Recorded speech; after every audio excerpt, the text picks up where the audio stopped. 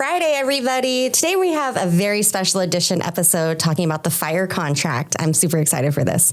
But before we get started, I'm your host, Amanda Acom, the marketing coordinator for Desert Valleys. If you haven't done so, please make sure you hit that subscribe button and drop a comment so you can join the conversation. If there's any questions, any remarks, I'll be sure to get it over to these guys because I feel like they might know a little bit more than me. But maybe. We'll find out today. I mean, you just might. You never know. Right. So maybe I'll throw up a picture. So here's another fun fact. I'm just going to dive right on in. My brother was fire captain out at Searles Valley, and he timed me putting on all of his uniform stuff. Well, let me tell you, that's hard. That's quite difficult. And those helmets that you guys wear made me feel like a bobblehead. So here we go, guys. So welcome Fire Chief Aaron Duncan and City Manager Ron Strand. Welcome to the show. Yeah, thank you for the invite. Yeah. Before we get started with the hard questions, can you tell us a little bit about yourselves for anyone watching? So who you are, what you do, and a fun fact about yourself.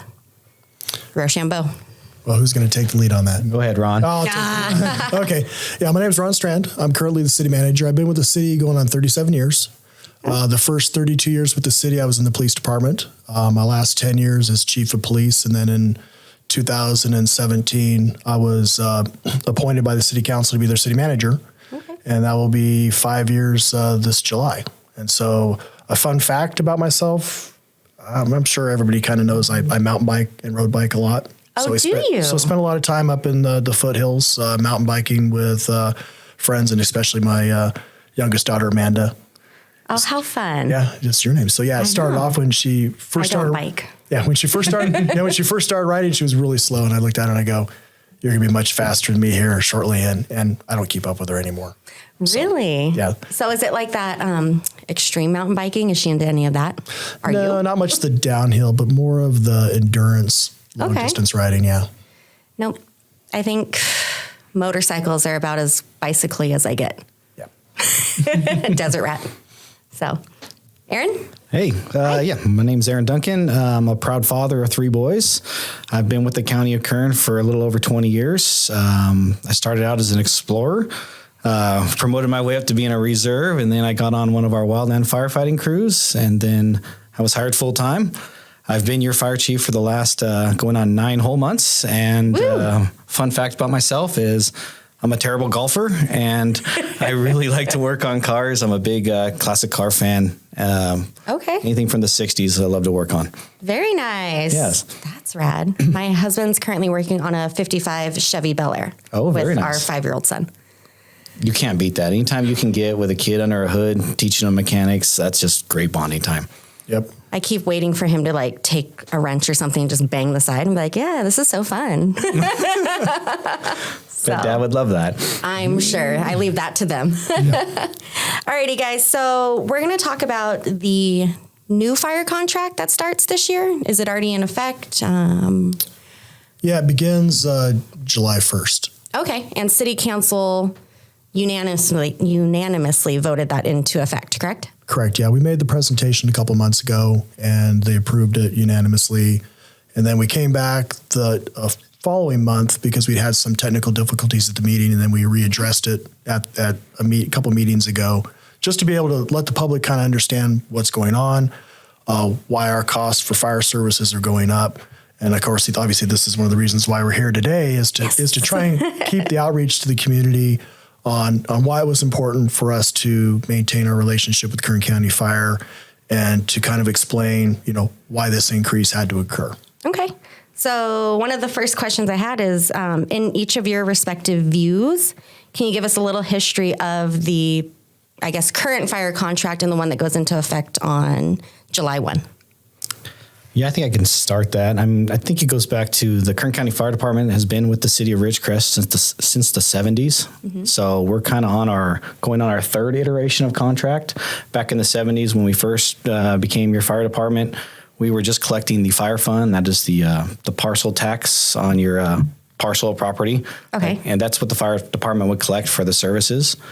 In the early 2000s, a grand jury report came out and said, hey, we need to adjust that methodology. It's not quite enough. So we came up with a second form, which is our current methodology, which allowed us to take our property tax plus a small amount of general funds to offset our costs. So, and I think the numbers that I studied up on, because, becoming a professional in this here, was the 9.3%.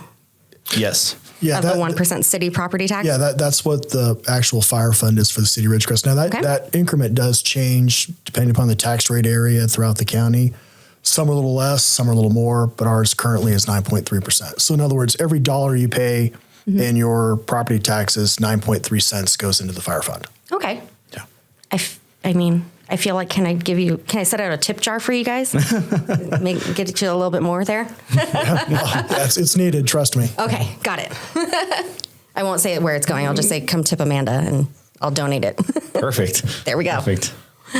So to go on from that, it was in the early 2000s, like I said, we readjusted that methodology to our current methodology. And I'd say recently the fire department has come into what we call a structural deficit, where we're not meeting the amount of services we provide. Our budget's not meeting what we're expending. So we started to form a little bit of a deficit. Okay. So in 2017, the county of Kern looked at the fire department and said, hey, we want to look at the books. We want to open up, look at every way we're doing business and see if there's ways to make improvements. So the county of Kern hired an outside firm to come in and look at us, and they came back with multiple recommendations that we've been implementing. And one of those recommendations was to look at the methodology, how we collect with our contract cities, including Ridgecrest. Okay. And is contract cities include the 2 stations for Ridgecrest, in Kern and Randsburg? Are those all contract? No, okay. Just the 2 stations in Ridgecrest. Okay. And then there's 9 total contract cities in the whole county. Oh, wow. Yeah, the other municipalities like Delano, Wasco, Arvin, Tehachapi. Those are all contracted. Those are all contract cities, yes. Okay. Thank you. Mm-hmm. So your view on old contract versus new contract? Well, my initial view was, I know when we initially started with fire services with the county back in the 70s, it was beneficial for both sides. Mm-hmm. They took our tax increment, our fire fund tax increment, and they provided us a full service fire department. Prior to that, we'd had a volunteer fire department. So it benefited both, because really at the time, there was probably more people in the city than there were in the county, but the county still had to provide fire services. So we both kind of benefited from it. So they got our fire fund funding, and they provided fire service for the area. But as the town grew, obviously more people came off base within the community. And so there was a little bit of a change over time. And so we started off with 1 station and ended up with 2 stations. Mm-hmm. And of course, those 2 stations are in the city of Ridgecrest.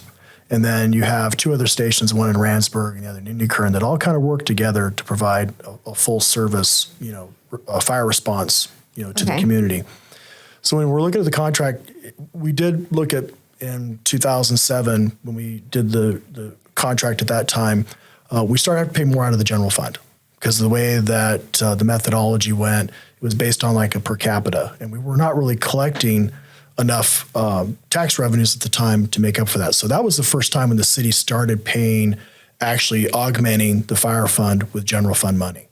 Okay. And so we did that negotiations, and then we renegotiated again, I believe, in 2012. And so from 2012, we actually got a little bit better deal, and we were paying a little bit less. We were paying about maybe $250,000 a year. I think it's like $274,000 this year is what we're paying. And that was out of the general fund? Out of the general fund. So right now, our fire fund contribution is $2.1 million, and then you add $275,000 to it, and that's what we were paying the county. And what it turned out was it was far less than what it was actually costing the county to provide fire service to our 2 stations. Yeah. Well, thank you for still providing services to us. Well, we're gonna be paying for it now. Okay. We're paying the full rate now, and that's what's now we're gonna be going into that. Yes. Right, yeah. Awesome. So with that, what does it come from? Will city residents be putting more into the general fund? Is that like a measure, and we'll be paying from that? Well, right now, the way the contract is structured, over the next 6 years, mm-hmm. our additional contribution to the fire contract will be $1.2 million. Yeah, I definitely saw some of the numbers right here. Right. I was like, oh, look, it's only doubling. And I was like, oh, nope. Yeah, and that creates the problem, because right now, if our value of our homes are about $240,000 is a medium home value. Okay. If our home values were closer to what the California average is, we'd be collecting enough in the fire fund to pay for our fire service. But because our houses are lower in price. And is the California median, I want to say it's like 600,000? It's quite a bit, yeah, it's quite a bit. It's a very significant difference. Right. So with the new contract, over the next 6 years, we're going to have to find an additional $1.2 million within our budget. And within a budget, general fund budget of our size, that is a significant impact. So there's choices that are going to have to be made in the future on how we address that shortcoming, because really what the fire department, what the county did, and they did it rightfully so, they took their structural deficit and then brought it onto the city. Now we have a structural deficit too. And I mean, they're fair in what they're charging because we have to pay for the services that we get.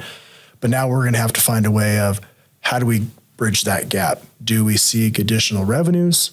Do we close the fire station? Do we then make cuts elsewhere, like in the police department, roads? I mean, how do we do that? So that's where the community conversations come in, is how do we then pay for this fire service?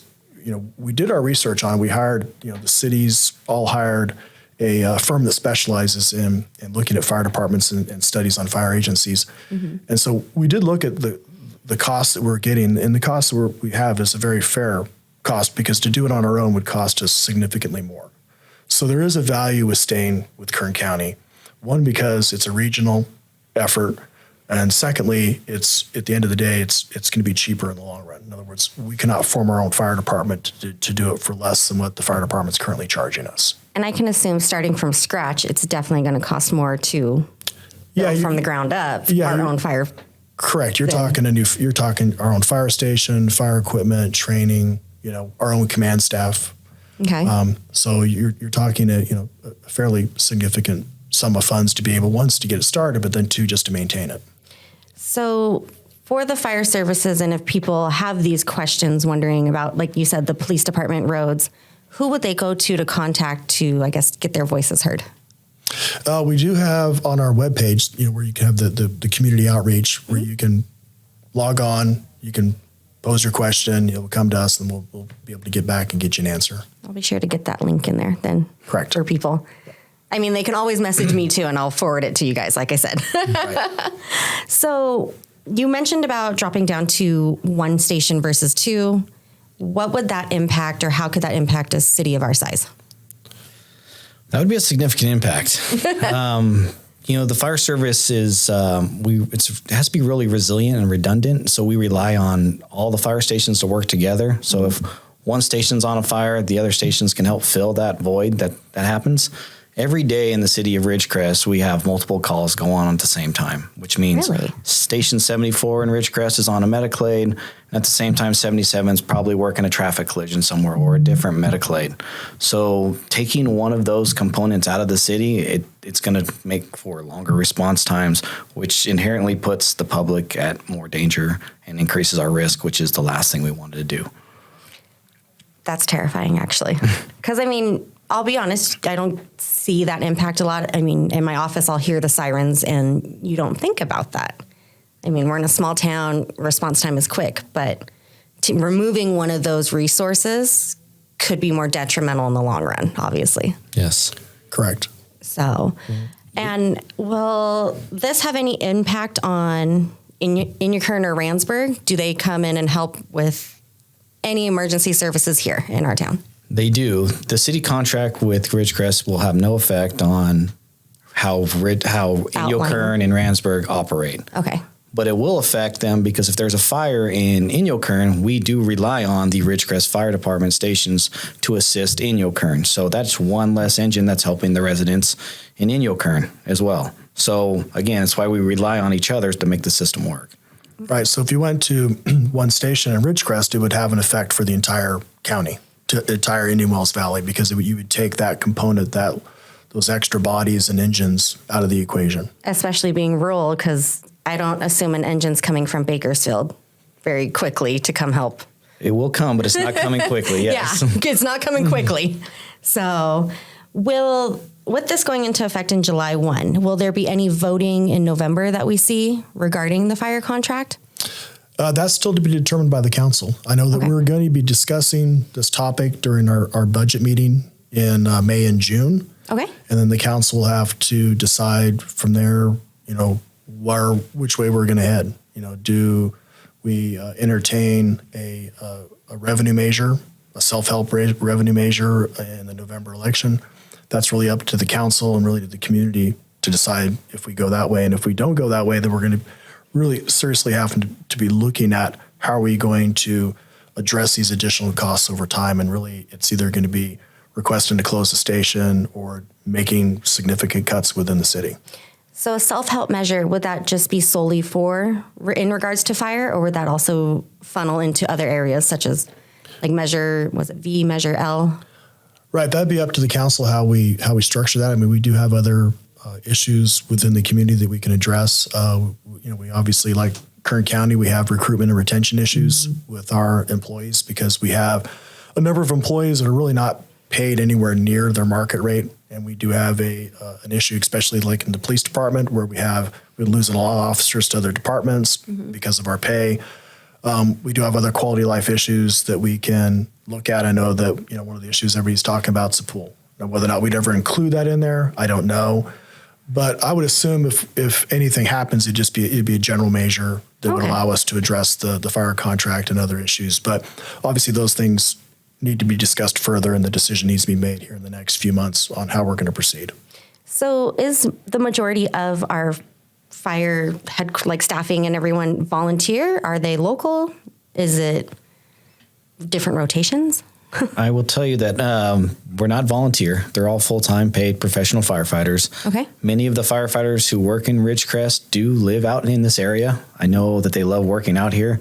Once they come out here, they never want to leave. Really? Yeah. I've known guys that spend their whole careers as firemen, and they promote up to engineer captain. They go right back into Ridgecrest because they really like working here in this community. That's amazing to hear because, Yeah, from a law enforcement perspective, we've gotten along very well with Kern County Fire. Okay. We work in conjunction. I know if you follow any of our council meetings, but a lot of our officers act like firemen. We've had several times where they went in. They do. They haven't grown up yet. They're still like, I want to be a firefighter when I grow up. Yeah, where they went in, kicked a door. We had a guy that the house was on fire. He was in a wheelchair and they had to drag him out. There've been several times where they've saved people's lives because they've OD'd on an opioid or something like that. Oh, wow. So it's more of a symbiotic relationship that we have between the Kern County Fire Department, Ridgecrest Police Department, and then Liberty Ambulance from Ridgecrest Regional Hospital. So we all three work together to be able to provide emergency service. A lot of times it's medical aids. Other times it's fires. And then, sometimes it's, us addressing, calls involving criminal incidents that have injuries with it where the fire department and Liberty Ambulance will respond. So we do have a very good symbiotic coordinated effort that we all respond to, which works very well out here.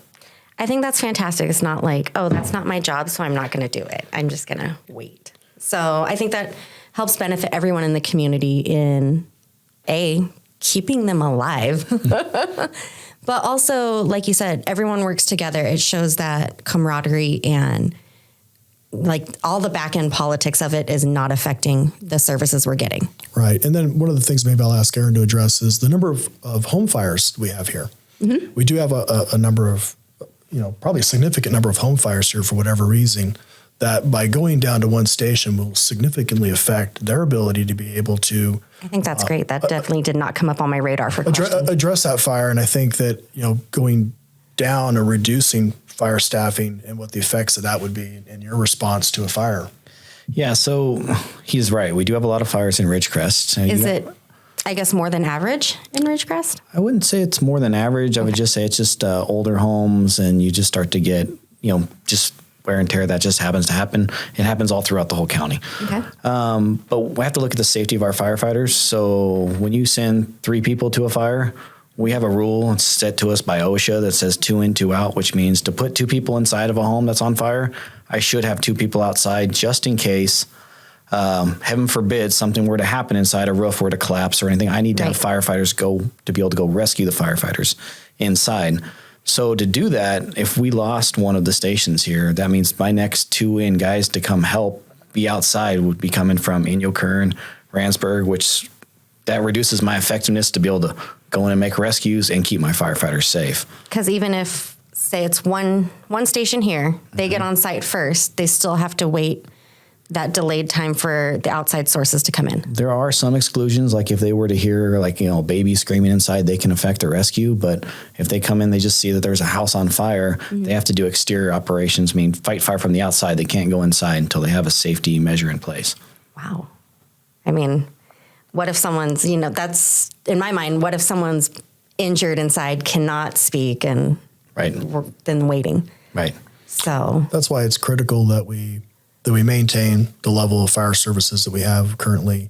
And I would probably argue that even over the next few years, we're probably looking at having to increase the number of firemen that work out here, just because the number of calls. I know, speaking with the deputy fire chief a week or two ago, I think our calls for service are up 10 to 15% year over year. So we're not looking at less demand. We're looking at more demand for fire service, whether it be for medical aid, whether it be for helping at auto accidents or fires. The demand is going up and not down.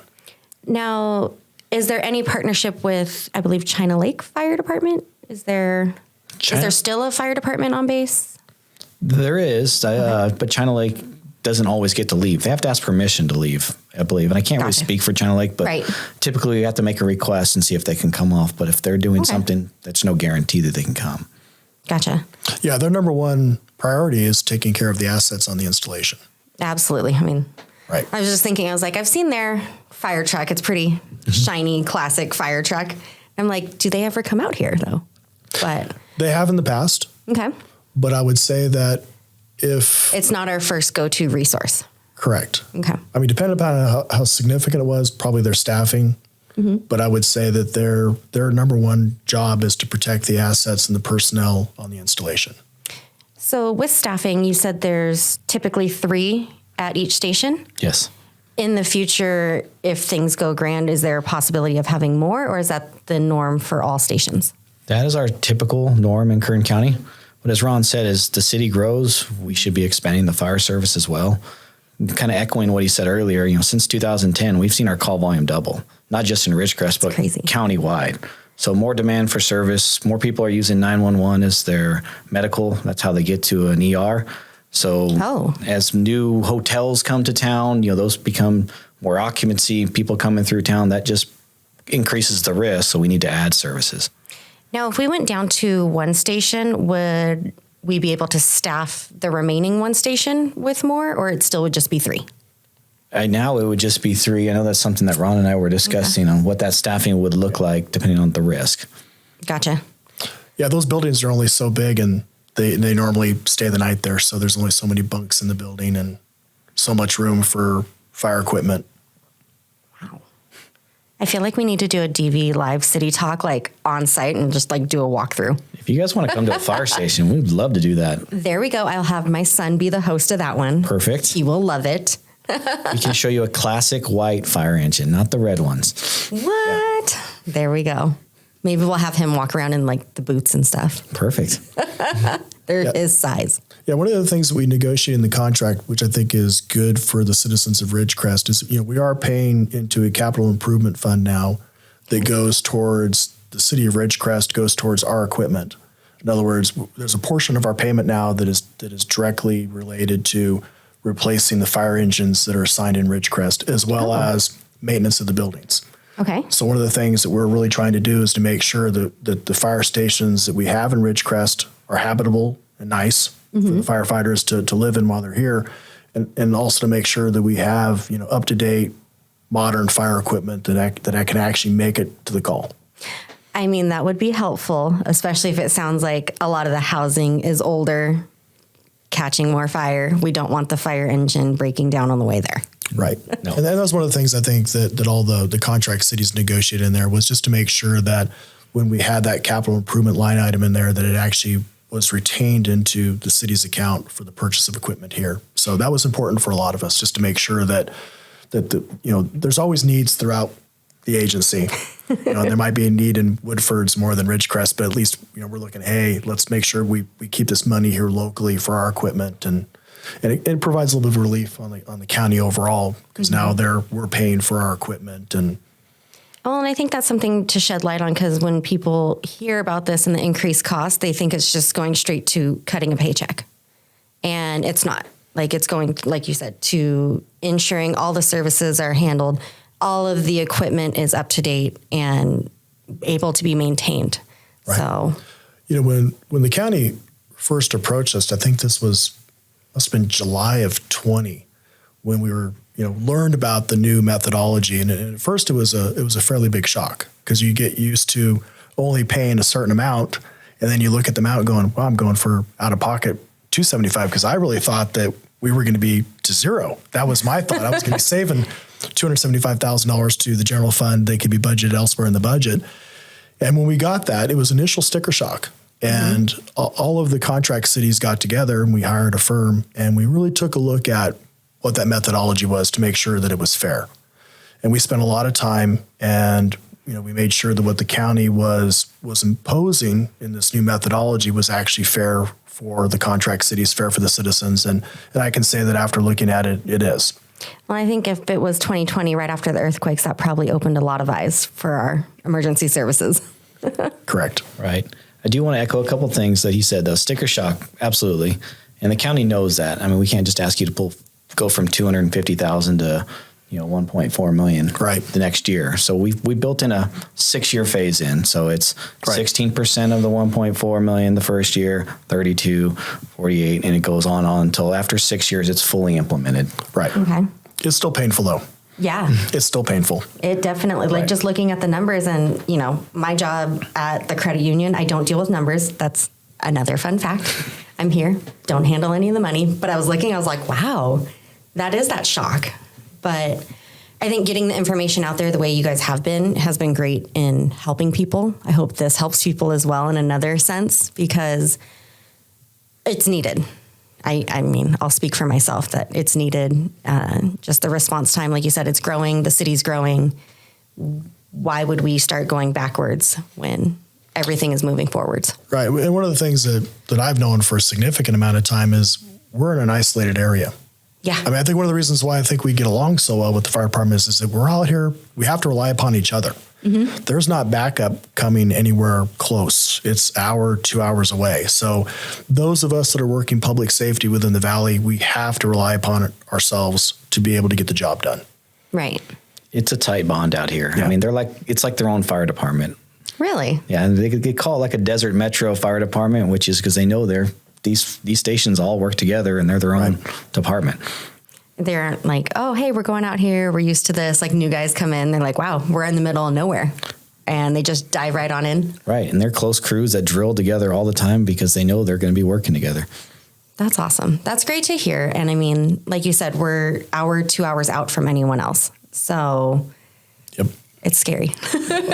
But that being said, like when Ridgecrest earthquake came, you got the full force. So we sent people from Tehachapi, Bakersfield. We brought in crews from Ventura County, LA County to come and assist. Because while Kern County is one big team, the whole fire service up and down the state is one big team. So like I said, we rely on other counties to assist us when we have big events.